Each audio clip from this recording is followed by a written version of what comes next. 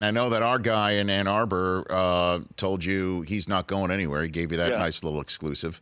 So my question for you, Adam, is any NFL teams going to still do their best effort to try and shake that tree with Jim Harbaugh? And then there's John, where everybody seems to think that he's going to leave that contract extension open to try and either gain a little bit more leverage for whatever's best for him staying in Baltimore or pull a John Gruden. Which one do you think is more likely? I have no doubt in my mind that John Harbaugh is more likely at this point in time to be a point of discussion and speculation than Jim Harbaugh would be.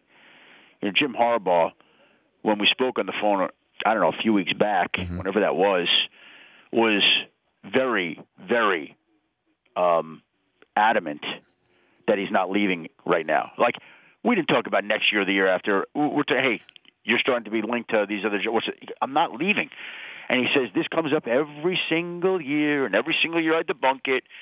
And he really believes that it's done in an effort to discredit his recruiting, and it always comes up around signing day.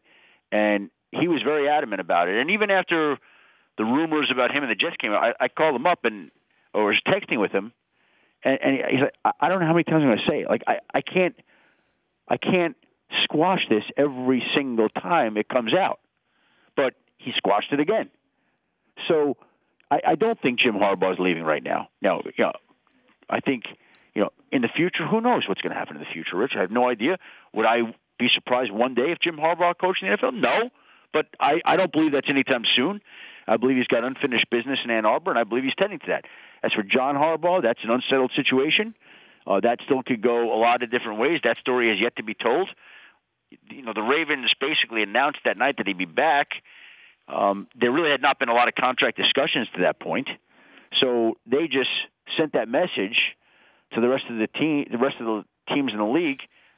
Number one, leave our guy alone. Mm-hmm. And I think in a much more subtle way that if you're not leaving our guy alone, you're just not going to go get this guy. You're going to pay us for this guy. I don't think that's why they did it, but I can tell you that's how other teams interpreted it. The Rich Eisen Show, weekdays at noon Eastern on Audience.